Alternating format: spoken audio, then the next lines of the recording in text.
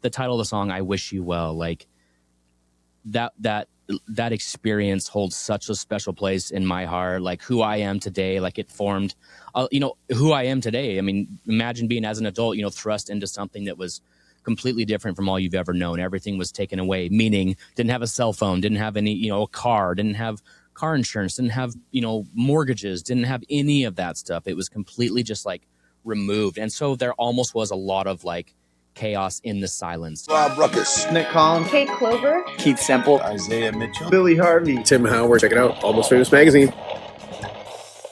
Hey everyone, welcome back to The Hang right here on Almost Famous Magazine. I'm your host, Scott Saldinger. Thank you so much for joining us. The Hang is where we get to know musicians from around the world, learning their stories and going well beyond just the music. If you're new to the channel and joining us for the first time, please, you know what to do. Subscribe, hit the bell, share it with your friends. If you've been here before and you haven't shared it, what are you waiting for? Also, if you're one of those people who really enjoy taking your podcast on the go, you can now get us on anywhere your podcasts are available, Apple Podcasts, Spotify, iHeartRadio, and more, so you can listen to us anywhere. I apologize up front, everybody. Little allergies, and I sound like a frog. We're going to get our way through this today. I'm excited to welcome Tyler Schlagenhauf. Oh, my God. It's upper respiratory stuff. Of Mylo Bybee. Pacific's West alt-rock torchbearers. They're building some serious fucking momentum with their forthcoming Revisions EP on Gold Ship Records with singles like Time Machine and the deeply introspective, and I'm going to tell you, I've been listening to this thing on repeat, I Wish You Well. Have a lot of questions about that. Inspired by Tyler's years of living off the grid in rural Alaska. I don't even know how he got to me living off the grid, but he's here. The band blends sweeping melodies, emotional vulnerability, and raw intensity. No sound. Gotta breathe. That earned comparisons to a Modern Mouse, Death Cab for Cutie, and Jimmy Eat World. The whole entire world. Jimmy is a hungry guy.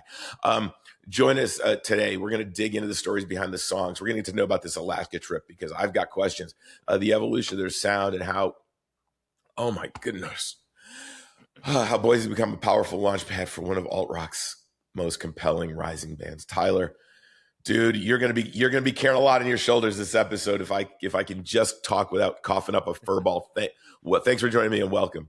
Yeah, you bet. I've never been one that's got a short or a lack of things to say, so I think we'll be good. Fabulous. Good. You're gonna make it easy on me today. Well, we start every episode we go way back in the way back time machine. Because everyone's got a different bit of a story, right? Yeah. So how did your relationship with music begin? Like, did you find music or did music find you? What was that spark and how did it ignite everything that got you to where you are today? Tell me that story. Yeah, for sure. So I've had a, long-standing relationship with music in general. Grew up with it in the household, had parents who just loved listening to records and albums and different music. And there was something always playing in the house. I don't necessarily come from a musical family in terms of, playing instruments, etc. But lovers of music for sure. And so it's always been, ingrained in me. I actually got a little bit, I started playing guitar around age 15 or so. I was the kid that I was always going to like local shows, and I was always the kid that was watching people on stage, and I was like, I want to do that someday in whatever capacity it looks like. And so, we had like an acoustic guitar around the house growing up, just like one of those junior ones that I think my dad found at a garage sale for like $1 or something. And, just would always kind of play around with it, but nothing crazy serious. But when I got about 15 years old, I asked for I asked for a guitar for Christmas. And I've never seen another one of these to this day, but I got an electric guitar that actually had the amplifier like built into it. So it was all in one unit. I think it was like, I'm sure I got it at like Toys R Us or something. I don't know where it was purchased from, but I mean, it was like a legit. I remember those. Yeah, solid. Oh yeah, like you can get them at like going back like Woolworths and Kmart back in the day, I think. Yeah, for sure. Actually, Kmart may have been where it was from, but it was cool too. And I know, my parents loved this also because not only did it have the built-in amplifier, but you could plug headphones directly into the guitar. And so that amplifier would come right into my headphones. And so I could sit and make as much noise in my ears as I wanted to. And my parents, didn't have to hear the clunking and beating around on the guitar all day long. So that's what really kind of started it in terms of me playing an instrument. And it was just something that kind of stuck. I never took any formal lessons. I think I took like 2 in my life. And this person taught me to play a couple, Blink-182 songs, and that it just kind of grew from there. So that's really what kind of started it. Always been a lover of music, and then that kind of, snowballed into actually, being in something formal. Yeah. Yeah. Well, I mean, obviously this probably isn't your first band. I mean, what was your first, like, musical outings like? Yep. What was the genre? Like you said, your parents listened to a lot of albums. What were they listening to that kind of got inside your skin, right?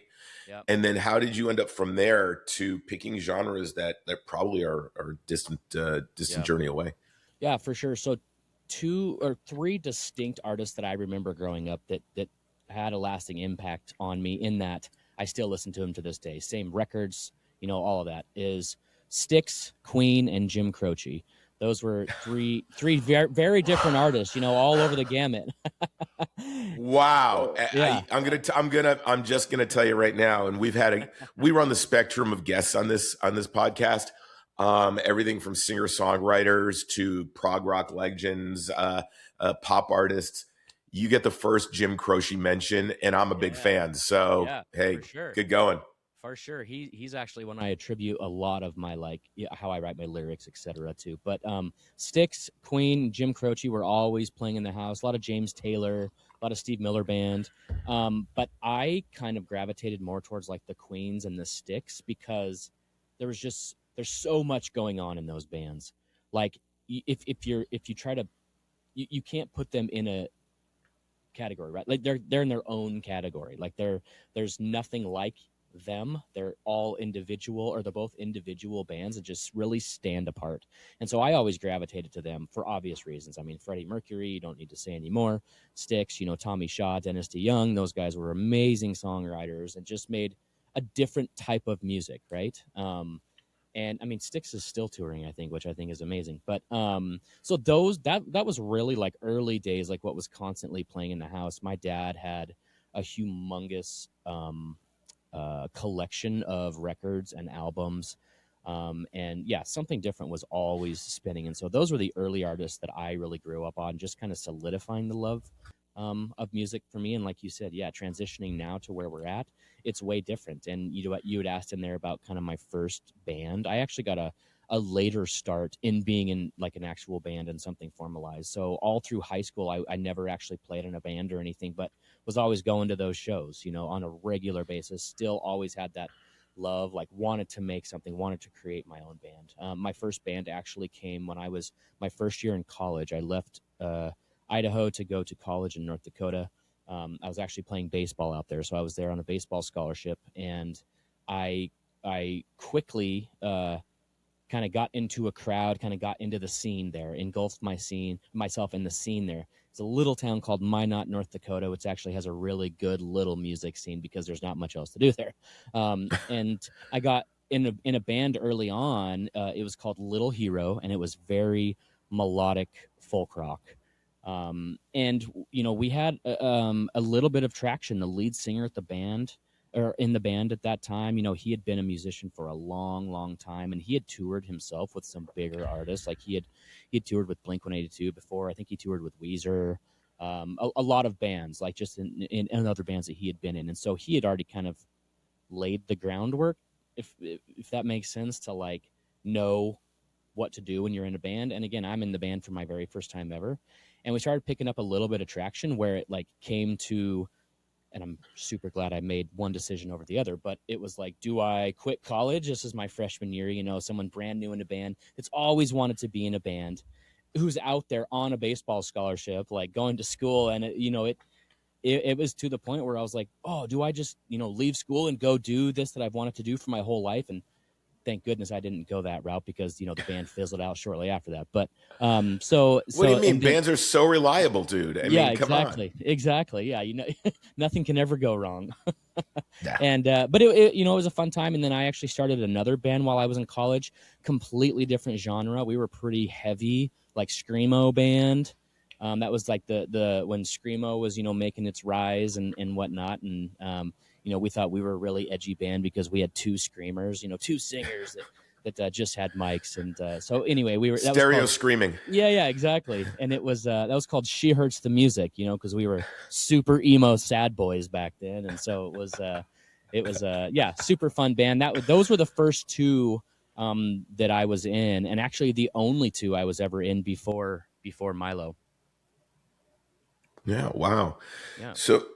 So how did Mylo come to be? I mean, because you're the only one here, and you obviously have other people in the band. It's important we show them some love, right? Let's talk about the band. How did you meet these guys, and how did it come together as you kind of leading this thing, realizing you had the right mix of people? Because that's always kind of a challenge. Yeah, for sure. We have kind of a unique startup story. So we're in like our third act, I keep saying, of the band, because I'm actually the only original member left in the band. So 2020 lockdown happened. My brother, who had lived in Los Angeles for a long time, had just moved back to Boise. I had lived in Alaska for a long time, had just moved back to Boise. My brother was a musician, or is a musician himself. Our brother-in-law, married to our sister, lived in town too, and it was lockdown, and we're all around each other anyway because we're family, and so we were just like, there's nothing else to do. Should we just like start playing some music together? And I actually help as a kind of a side gig run a building here in town that's 24-hour. I'm in one right now. 24-hour rehearsal spaces for bands, and so we had access to a space where we can just make a lot of noise and not annoy anybody. Because I upgraded guitars and I don't have that guitar where I can plug my headphones in anymore. So we were making a lot of noise. But started off as a family band, kind of. My brother and my brother-in-law. My brother had never played bass guitar before. He learned how to play the bass just for the band. I had never sang live before this band, and I was just like, well, I'll sing. I have some songs, that I've been writing, when I was in rural Alaska with nothing else to do, that, are kind of waiting to get out there a little bit. And then our brother-in-law on the drums, and it was just kind of something where we were just dinking around and making some noise, and we actually, again, knowing each other and whatnot, clicked super well and got like 5 or 6 songs together really quickly. And we actually, kind of jumping ahead a little bit, we actually went and recorded our first EP before we ever even played a show, because it was still lockdown, and we had those songs, and things were starting to slowly open back up so we could get in the recording studio with masks and all that. And that was kind of where it was born, for sure. And in the spirit of giving love to the band members, fast forward a lot, we have a full new band now. So things transpired, things progressed. Our brother-in-law had a baby, our brother-in-law and our sister had a baby, so he had to step back. My brother, he writes a lot of music on his own too, so he actually started another band, that plays here a lot, plays around town a lot as well. And then so I brought in some new members. So we have Jason Guadalupe on the drums. He's a really amazing drummer. We met through a mutual friend. And then he was really good friends with our current bass player. His name's Tony Caruso. Tony's like a classically trained bass player. Like, he went to school for it. He was in a pretty notable rock band back in the day. They got to tour the world. They played main stage of the Gorge over in Washington. Like, they played some big stages. And then we brought in a lead guitar player who was also through a mutual friend. He was playing in another local band here. And that's kind of the lineup, where we're at today. And then, final thing I'll say on that is like this last album that we just recorded, Revisions. All of those people I mentioned recorded on the album except for Tony. Tony stepped into the band as soon as that recording was done. And then that's the lineup that we have now. Oh, so he showed up and goes, "Oh, the job's done. I'll take the credit." Yeah, no, exactly. Just kidding. Exactly. So, okay, so let's. Well, okay. I got so many questions. Yeah, so many questions. Sorry. No. So did you just happen to come back from Alaska? Probably a pretty good place to have been during the pandemic, just to come home during the pandemic, or did you like show up at home and like, hey, we're gonna have a pandemic, glad to be here? No, I actually I had moved back a couple of years before the pandemic.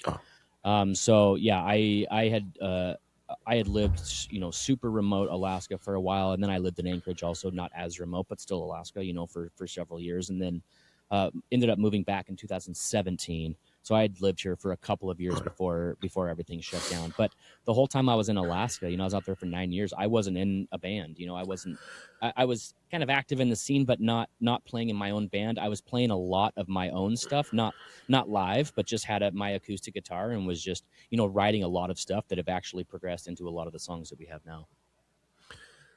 Guy goes to a university on a baseball scholarship, joins a band, decides to stay with school, and then in Alaska for 9 years. What I gotta know, like, hey, I'm kind of tired of people. I want to go live by myself in the woods. Tell me, what's that story? Pretty much. So I had gone to college to be an elementary school teacher. So I graduated with my elementary teaching degree.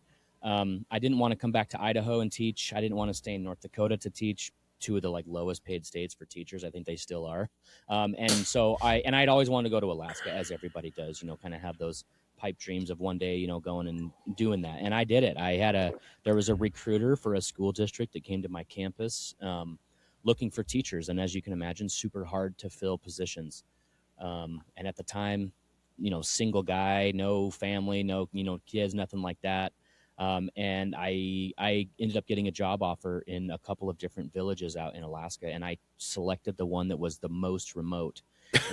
And so I was, so like you said, it was literally like, just, if I'm going to do this, I'm going to do this, like living off the grid, no cell phone, no vehicles, barely any internet outside of the school. And I was in a little village in the middle of the Bering Sea, closer to Russia actually than I was to. I was going to ask you, could you see Russia from there? Yeah, I was going to. I actually could. I actually could see Russia.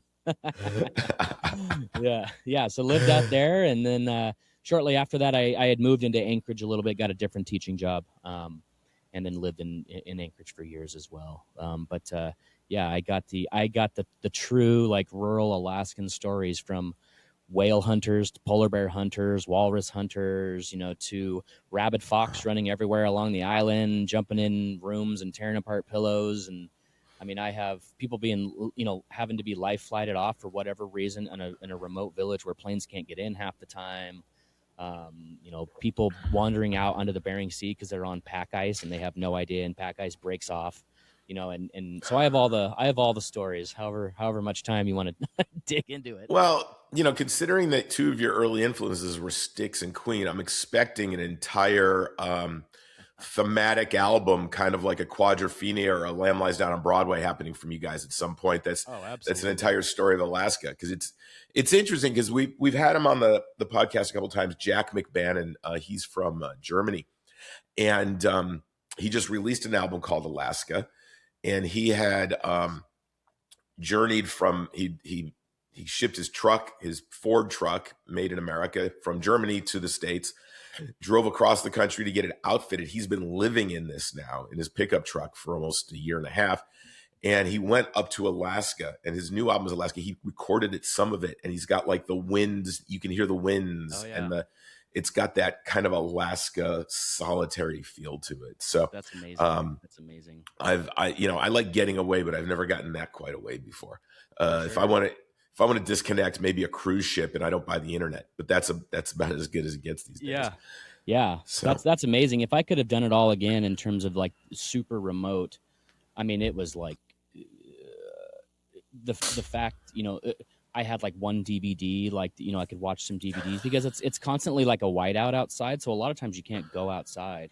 And on the island, if you are on the island, since you're on native land, you can't venture out beyond, not that you would anyway, because you wouldn't make it because of the elements and polar bear and permafrost and whatever it is, but you can't venture outside of a mile radius unless you're with a native. So it was literally what I was saying. If I could do it all over again, I would have made sure I had adequate equipment to record and write more music and get it developed on my own out there. Like I said, I had an acoustic guitar out there. I had a computer, but I wasn't, really set up to get solid recordings and whatnot out there. But a lot of the songs, like I mentioned, that we have now, even a couple on revisions, I actually wrote while I was out there. you mentioned it, a little bit earlier. I Wish You Well is one on that. And I know we can dive into that a little bit today too, but that is about my experience living out there. Well, I Wish You Well is a great song, and it's released as a single, right? To Will be. Yep.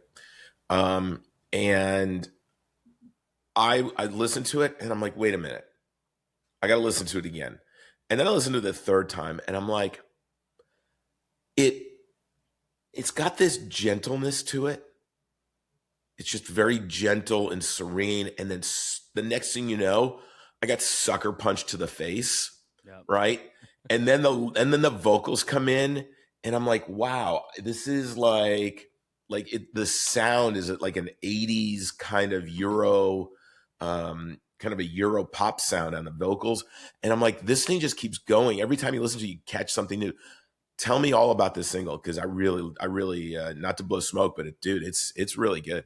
Thank you. I appreciate that. And exactly how you described it is kind of how it was written. Like, it was, I kind of tried to remove myself from it. So, the title of the song, I Wish You Well, like that experience holds such a special place in my heart. Like who I am today, like it formed, who I am today. I mean, imagine being as an adult, thrust into something that was completely different from all you've ever known. Everything was taken away, meaning didn't have a cell phone, didn't have any, a car, didn't have car insurance, didn't have, mortgages, didn't have any of that stuff. It was completely just like removed. And so there almost was a lot of like chaos in the silence, essentially. Like I remember sitting in my speaking of Russia, I remember sitting in my living room on the island one time, and we lived in teacher housing, which was an old elementary school converted to teacher housing, and it was right on like the tip of the island. And so I could almost throw a rock probably from our house into the Bering Sea. And so I remember sitting in my living room one time, just looking out the window, no noise around me. There was no TV, nothing going on. And I saw, it was just the most surreal experience I've ever had, because I look out my window, I see the Chukots Peninsula, which is in Russia. I could see it, off in the distance, just like you're looking at a mountain range, but it's Russia. And then I see spouts, like whales, like in the Bering Sea in front of Russia. And I remember just sitting there like, how do you like beat this? Like, how do you, beat this view? There's no noise. There's nothing going on around you. And this is like the most surreal view. And on top of that, it was like sunset. And so anyway, like that's kind of at the essence of what the song is, just blocking out all of that other noise and enjoying things for what they are, like right in front of you, like almost stop to smell the roses, like that type of vibe. Well, it could be titled "Whales in Front of Russia." Exactly. Wow, that is a unique experience. Absolutely, and I'm glad it was whales, and you were just watching, and not planes coming at you. I mean, good thing you throwing that rock in. Throwing that rock didn't start an international incident. Yeah, it could have. We were only 10 miles from the international date line, so we're super close. Oh God, dude! And then one more thing I'll say on that. I'm sorry. One more thing to say on that in terms of like punching you in the chest at the end. Like that's exactly what I was going for too, because it was such an extreme experience. I was an elementary school teacher, and half my students wouldn't be in class because they're out hunting polar bear, to provide for their family, because there's no stores. I mean, that's what they have to do. They're subsistence livers, and they're whale hunters, and there's just so many things that are really heavy things that were happening out there. The outro of the song, like you can hear me singing a lyric over and over and over again, and it's one more scene is all I'm really after, is just because like I had that experience, and like just getting a glimpse of sitting in that scene, sitting in my living room, watching the beluga, watching the whales, watching the mountains, like just give me that scene one more time. Like that's all I really need. So that's a little bit more that I want to expand upon. Wow. Look, I've not been, but as a photographer, one day, because those being able to tell a story with theater of the mind and creating those images inside of someone's head is a very powerful skill to have, and total respect for that. I mean, that I can't imagine being that isolated for that long. And to think that this could be the prequel to you being on Survivor. Maybe I did learn some skills. And I'll tell you, They were Siberian Yupik where I was at, and they could survive in pretty much anything. So I watched them one time. They had to help. The Coast Guard was coming in, and they were bringing in vets and eye doctors, and some of those things that aren't typically out on the island.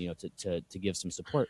And I remember they got the Coast Guard got caught in the fishing nets, and the natives had to like rescue the Coast Guard, Wow. which was really funny. So anyway, yes, definitely set me up for being on Survivor for sure.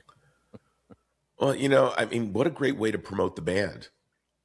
Yeah, I mean, because you've got to talk to teammates, and you could just, you could go. You know what? Here's the idea: you go on the show as Mylo Bybee. Mylo Bybee, yeah. Or Bybee. No, it's all good. So, okay, the name Mylo Bybee, where did that come from?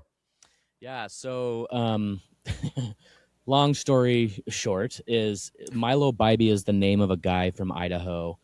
I think he's died back in the 60s or something, but he invented the finger steak. And you being in Texas, I don't know, some people don't finger know what? Finger, yeah, exactly. Finger steak. So it's like a chicken strip, but it's steak, breaded steak. And it's a big thing over here in the Pacific Northwest. And he's the pioneer that created that. And it just became a default band name. We went into the studio, like I said, before we were ever really a band, to record. Didn't even have a band name. And the engineer had said we had to have a band name, to attach this project to. And we had just read an article about this guy that created the finger steak. And so the name was just blurted out and just kind of stuck. We haven't been sued yet either, which is good. Well, I mean, back up, you could be the finger steaks. That's exactly. We've thought about putting that on merch too, but it would look too much like other things, so we didn't do that. Yeah, well, you got to get merch that stands out these days. Yeah, so exactly. you got to increase some sales. Yeah. One thing I like to do, since we're talking about steak, which leads you to a meal, you start a meal with an appetizer. For the songs that you have out, and as everyone knows, we're going to put links down below because they know we want everyone to support the band, purchase music. If I've never listened to your music before, and you're sitting here listening to us talk about Alaska, and you're like, okay, what's this Mylo Bybee finger steak stuff all about? What are 2 or 3 songs that you feel are the best kind of appetizer, right, that are going to get me hooked to listen to the rest of the catalog? Sure. So I guess I would answer that in a couple of ways, because I mentioned earlier we're kind of hitting our third act as a band. I think I would reference a song from each of our albums because it really shows the transition of us as a band.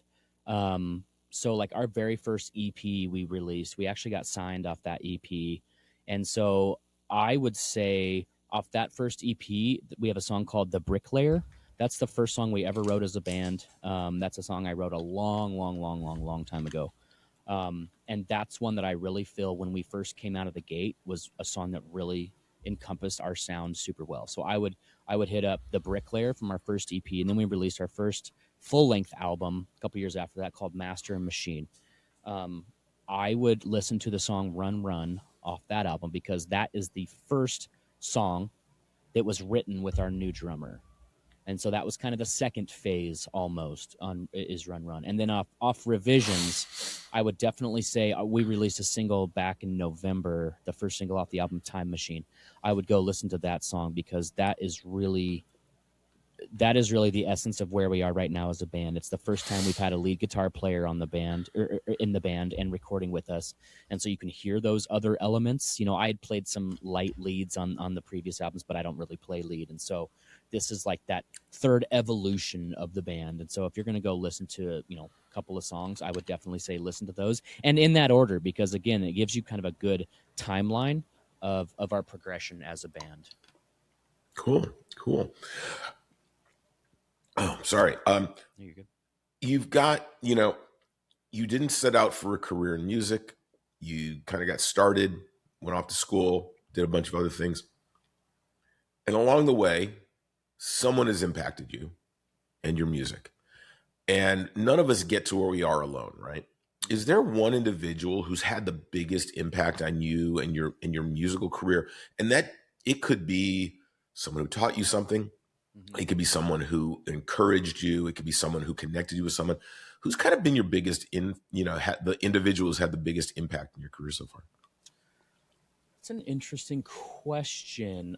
Uh, um, I can't say that like in the music world I've had like a mentor, if you will, that I've kind of looked up to. I would say for that the biggest impact for me has been artists that I really look up to, who have put out solid stuff, who stand for solid, who stand for kind of the same morals, etc. that I do, that aren't just out there trying to make a quick buck off of people, like they actually are artists and enjoy the art. And I would also say that I think I would attribute it to like my upbringing and my family as well. They've always been super supportive of me and my siblings, whatever we want to do, whether it's sports, whether it's music, whatever it is. Like they kind of ingrained that in us, like whatever you want to like, put your all behind, like they're behind us, they'll support us with it, whether it be financially or showing up to shows, whatever it may be. Like they kind of instilled that in us really, really young. And so I would definitely attribute it to them a lot. Some of the artists that I just really, really admire, growing up listening to, like one of my favorites is Manchester Orchestra and Andy Hull. And he's someone who's been doing it for a long, long time at a super high level. And I just, everything about that band, everything about, how their writing style and what they do, like just is something that it's kind of my North Star almost. And like, if I could create, like, if Bybee was like, could be the perfect band in my eyes, like it would, we don't want to mimic anybody, but it would definitely be kind of on that pathway. So there's somebody that has really been just a constant North Star because they've been doing it for a long time, are still doing it at a really, really high level. And I just, that's a band that I'm constantly like, looking up to, if you Cool. will. So those are a couple different angles that I would attribute that to. No, that's great. I mean, you know, we don't get anywhere alone, and we're either influenced or helped. You never know where some goodness comes that gets you to that next step. Yeah. Um, Yeah, for sure. I think this is kind of interesting, and I'm really kind of fascinated. I ask this question a lot, but I think your perspective is going to be really, really interesting. Given that during the course of what was it, 8 or 9 years, I can imagine an airplane flying over and dropping a parcel out of it with a parachute, and that's how you got access to like music and what's going on in the world. And in that time period, we had a lot of revolution, electronically, digitally, etc., happen, and you came back to kind of a different world and a different music business. Mm-hmm. What are your feelings about the current state of the music business as far as it goes to, Yeah. be someone who wants to create something, get it out there, and then, have a career that supports the endeavor? Yeah. It's kind of a double-edged sword, right? Because it's easier now than ever for musicians to get something out there for people to listen to. Like as a band, like that's your first impression, what you sound like, right? You can have a great look, you can have a great attitude, but like if people don't have anything to sink their teeth into for the band, like you don't have much to go off of. And so it's easier than ever to get your stuff out there, to just even through a DistroKid or something, like your own distributor, like get it up on all the streaming platforms. um but in terms of like how people digest it, like I'm somebody who has also come full circle in that I love the physical, like albums, CDs, cassettes again, because that's what I grew up listening to. That's what I grew up loving listening to in the car, or my dad growing up listening to the record player. Like I'm the person who is in that market now that is looking for that physical content. But from a band's perspective, like it's a double-edged sword. Like some of the streaming platforms are just, they're not artist friendly in many, many, many, many ways. Um, but on the other hand, they're also like, that's where the majority of people are going to consume their music. And so it's like, I don't get caught up in like listeners or streaming numbers, like all of that. I don't really get caught up in all of that stuff, because I think it can really weigh on you as an artist. Like if you're looking at your platform, and you're like, oh, I got X number of listeners. Nobody's consuming my music. Nobody's listening to my music. But then I have people from all over from my background, that I haven't talked to in 15 years, 20 years, whatever, that are reaching out like to comment on music that I've made, like it it it allows me to kind of stop and reflect and say, yeah, there's so many shitty things about some of the stuff that's happening now, but it's also like you're still connecting with people that you maybe would not have connected with before nowadays. And so it really is, it's a double-edged sword. I think it's all about like the power is in the hands of the consumer, right? How they're consuming music. It's not so much as like how the artists are putting their music out there, but how are listeners consuming the music.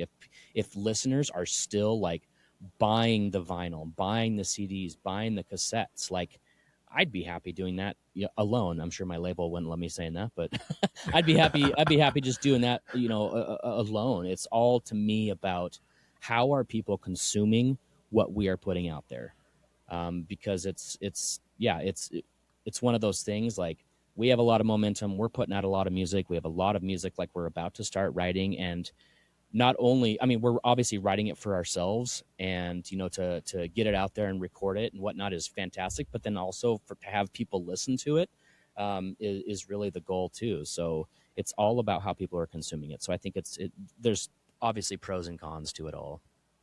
Yeah, absolutely. I mean, look, it has come full circle. I haven't had a record player in eons. I sold all of my vinyl to Amoeba Records one time in LA because I was living out in California. I was tired of lugging that crap all over the place. Yeah. There is something to be said for having to schlep a lot of records, and there's something to be said about that. But on the other end of the spectrum, I have my niece Olivia, who, just in the last year and a half since she's had a record player, I've spent a ton of money, sent her a ton of albums. I've had guests send her albums, and she sits there and consumes it. Yeah, she sits there and goes front to back. And, I mean, we're all guilty of being shufflers now. I miss that experience a little bit. And 100%. Kind of now have to force yourself into it, right? You have to say, okay, I'm going to listen from start to finish. That's so true, because like, me as putting out albums, like that's a very specific order that we put all of our songs on, or in, the order that we put them in. And yeah, if you're on a Spotify, like, or you're on playlists, like you're not getting that full on effect in terms of like the intention behind it, the intentionality behind it, right? So if you listen to our albums like front to back, that was a very strategic order, in terms of like being a storyteller. And so that's another huge element that I think is really lost with streaming. And another aspect of like the physical too. One of the coolest things about being able to not only write music but perform music live is when we play with other bands from all walks of life, right? We've played with some of the top in our genre. We opened for Hawthorne Heights. We've opened for, Spill Canvas. We've opened for the Polyphonic Spree, which was amazing. They had 16, 17 members on stage, like just a full on, theatrical experience. I'm in Dallas. I know the Spree well. Yep, for sure. And like one of my favorite things now, and it gets a little bit expensive, but it's worth it, is like any band that we play with, if they have physical, like I'm purchasing it. Like not only to go then consume it that way, but also that keepsake, right? To, years past, be like, oh yeah, like we got to open for them. We got to play alongside them. And they're ones that are out there with the same successes, with the same struggles that like we're all having as musicians, and a lot have been through it all. A lot are, just getting, their foot in the door, up and coming artists, like from all walks of life. And so that's another reason, like just kind of that physical keepsake almost is just something that I love to see that's still there. Yeah, no, it's, and it's not only that, it's the joy that I get from, I don't have any of it, but I'm giving it to someone, and that joy that she's going to have. Yeah. Right. A couple of years, she'll go off to college. She'll have the coolest record collection of anybody in the dorm. And she can share that experience with other people. Yeah. And we, because we have these things in our ears all the time, that experience of being in a moment with other people, that first time you ever sat down with friends and listened to an album, and there was no such thing as a YouTube or a streaming. So you had no idea what was on this other than what what they put out in promo clips for interviews and stuff. Yeah. And there was that sense of excitement, and I kind of miss that a little bit. Right. For sure. It's that storytelling element. Like you can't grasp the full story when you're not consuming it that way. And so, yeah, that's I totally agree with that. Yeah, no, it's a lost thing, and it's coming back. It's I think I'm honestly the pandemic separated us, but I think the coming out of all of that has brought us back to want to be together for these experiences. Yeah, So I think overall it's a good thing, and totally. over time it'll tell. Now, so is everything you have available on vinyl? Can we buy all this stuff? Actually, with all that being said, no, it's not. Because vinyl is also expensive from a band's perspective, but we do have a label now that is supporting it. And so for our next this coming album Revisions that releases in February, we will have a run of vinyl with that. We do have physical for Master and Machine, our previous full length. We do have CDs for that available, and I can share links to our merch store, all of that stuff. So that can be consumed in a physical medium, and then we will have CD and cassettes as well for our upcoming. I'm really excited about the vinyl too, because for many reasons, it's our first actual vinyl that we have, but we also worked with a producer that has done some remixes of 2 of our songs off the upcoming album, and so that vinyl will be exclusive. Like, it'll have those 2. They're almost kind of a synth pop, like EDM remix, which is pretty cool. Those 2 songs will be on that vinyl too, to come out sometime in May or something. Any chance that person's first name is Armin? It's not. Oh, see. As soon as you went to EDM. Yeah, that would have been a coinky-dink. Yeah. Well, cool. Now, what else does 2026 have in store for you guys? Yeah, so we are really focused now that this album, is going to be out. We're on obviously kind of the promo journey of that album.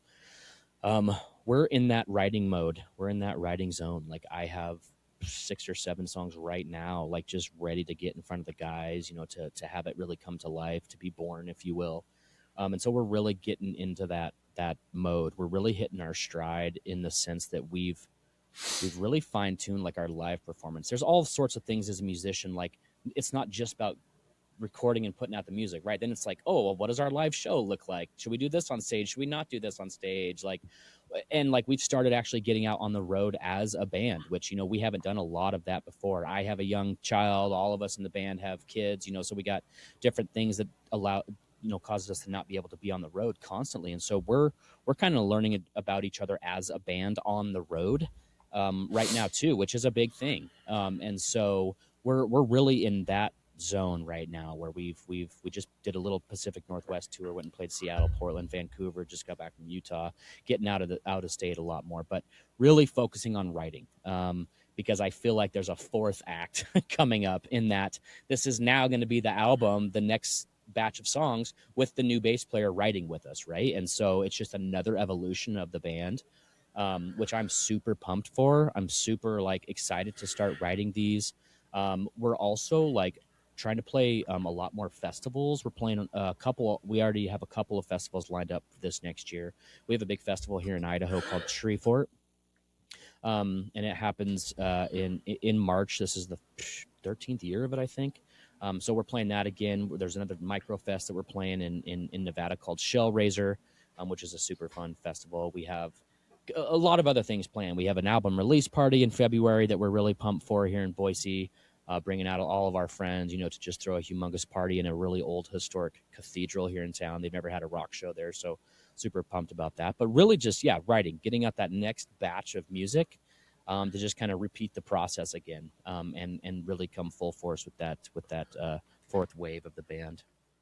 Well, so here's what I want to do. Once you finish writing, right, since you've got your new bass player, I want all of you back at the same time, and we're going to talk about that writing. Yeah, right. absolutely. Like the process you're going to go through, and then incorporating someone new and their thoughts and ideas. We're going to do that for sure. I love it. So, a couple things that happen here on the Hang that we find bring us a lot of surprises. One is, we all have dreams, aspirations. Some people live with bucket lists, you name it. And you never know how dots get connected in life, but you got to put it out there in the universe. Yep. Is there someone, musician, producer, someone that if you had a chance to get in a studio with and collaborate for a day, who would that person be, and why would it be them? I already kind of mentioned him before, but someone that I would really love to collaborate with is Andy Hull. I think he's just got such a unique style. I also feel like his voice and his range, like he's got that higher range, which is kind of what I have that as well. And so I think that's part of the reason I kind of navigate to that, because it's a very similar sound, and I often find my times like emulating that sound when I'm singing, and not on purpose, but I think he would be someone that's really fantastic to work with, just because I feel like our band also, like, he's in a side project called Bad Books, which is really amazing too. Like, those sounds would mesh really well. And so I just feel like his ear as a producer, whether he's producing us, whether he's collabing with us in another manner, like, I think he would be somebody fantastic to work with. Um, another person that I would love to collaborate with, which I hope is able to happen in the future. I'm a big fan of the band The Deer Hunter. And they're a band, if you're not familiar, they're a rock band, but it's like orchestra rock. So like often their recordings have like a full-on orchestra behind them, like all sorts of different woodwind, string instruments, etc. And so it's a full-on production, and that kind of leads back to like the Queens and the Styx, right? And like some of those bands, it's a theatrical sound.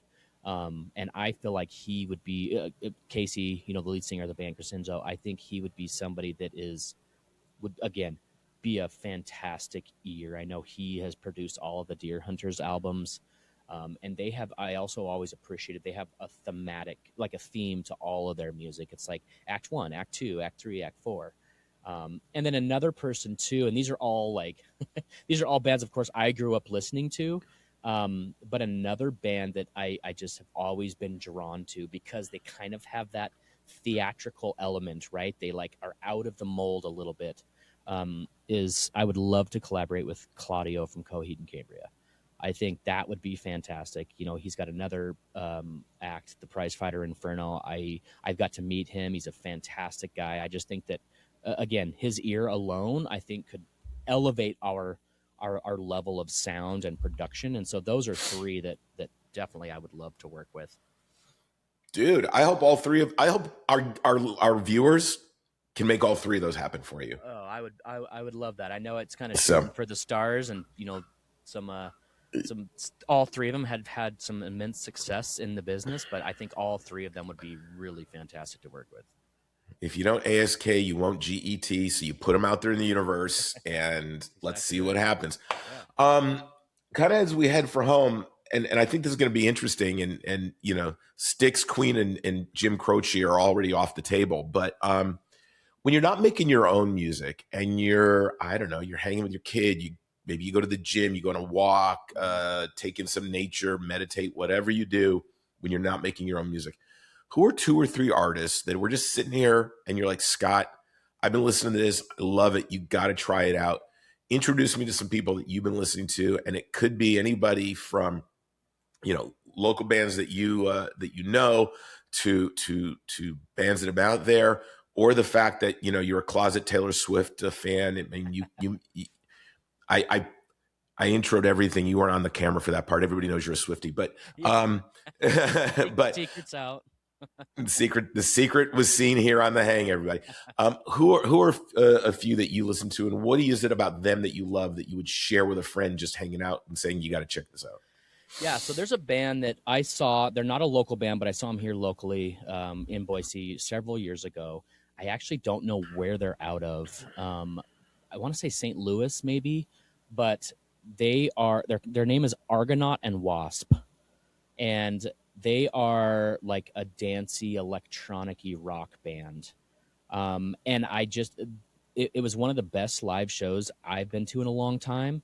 And it was just that mix of like legit rock music that I'm drawn to, with those additional, like, you couldn't help, even if you don't like dancing, you literally couldn't help but move your body to that band. Like, it was just, I'm typically the one at shows that, like, I'm not, if it's a hardcore band, I'm not moshing, I'm not in the pit, I'm not dancing, any of that stuff. I'm just, usually head bobbing, kind of taking it all in, and that's how I consume it. And I mean, this band got me moving, and they were such a fun band. And it doesn't always translate like when you're seeing a band live and you go then listen to their records, because it's all about like that live energetic performance, right? But I mean, it transfers. Like that band is just a band that since I've seen them, I became a fan. Like they are just such a fun band that mesh all those genres, like dance, electronic, pop, rock, and yeah, just a super fun band. So Argonaut and Wasp, definitely check those guys out. A band that I was actually another band that I was super late to the game with this band. It's actually a funny story. I went into a thrift store and I found a really sweet shirt that I wanted to get. And this band was on the shirt and I didn't even know who the band was at the time. And now they're one of my favorites. And my 2-year-old son, this is the band he always asks for on my record player now. Every single time. I have video of it, like every single time, is Hippocampus. Hippocampus is a band that, I was really, really late to the game to them, and I don't know how. I missed them over the years. Really fantastic, and they're a band that my opinion, every new album they're putting out is better than the last. So they keep upping their game, and just doing such great work. They're also like a very fun, very energetic. We got to see my wife and I got to see them last year here in Idaho. Like just a really super fun, like energetic band that I'm finding that for me, like I'm gravitating more to like when it's that live show, it's like a full on performance. Like you have 10 different instruments on stage, you have multiple vocals happening on stage, like just more of that like live full on theatrical experience. When you go back to the other band you mentioned, I mean, it's like I've listened to the National for years, right? But then I went to a show to photograph it, and it's like suddenly it clicked, right? Yeah. Like the records are great and all the writing is superb, but when you get to feel that emotion that they put into it coming off the stage, it's an entirely different experience. 100%. They're another one that I was super late to, but oh my gosh, they are fantastic. The songwriting from the National is just another level. Like it's so simple yet so like deep and introspective. Like it's just they're an incredible band. But you're exactly right. Like that's what I mean. Like when you see, and that's what I was mentioning before too. Like not only are we trying to put out music, like those are elements I'm trying to add to our live performance. Like we just came off of probably one of our best shows, in my opinion, that we've ever played. We played at Kilby Court in Utah. It was not a super large crowd. It was Sunday, in Utah, maybe 40 people there. Like, but it's a small venue too, so it felt pretty packed. And I mean, it was the funnest show. I think it's the first show we've ever had somebody like actually crowd surf at, which was super cool. Like everybody was into the songs. You could see people that I didn't know, like mouthing the words. Like it was just such an amazing experience. And, that's always one of my funnest things to observe too. Like when we're on stage, we're all vibing with each other, but looking at my other band members and they're like having the time of their life. Like there's just nothing that beats that. And now, again, that's what I'm gravitating towards when I'm going to shows that make that lasting impact on me. And like I said, evident that band, Argonaut and Wasp, like they're one that's just really, really stuck with me for all of those reasons. Cool. Nice. I'm going to check those other two out. I hate to do this to you, but I will be lucky if I can talk in a few hours. Hey, everybody.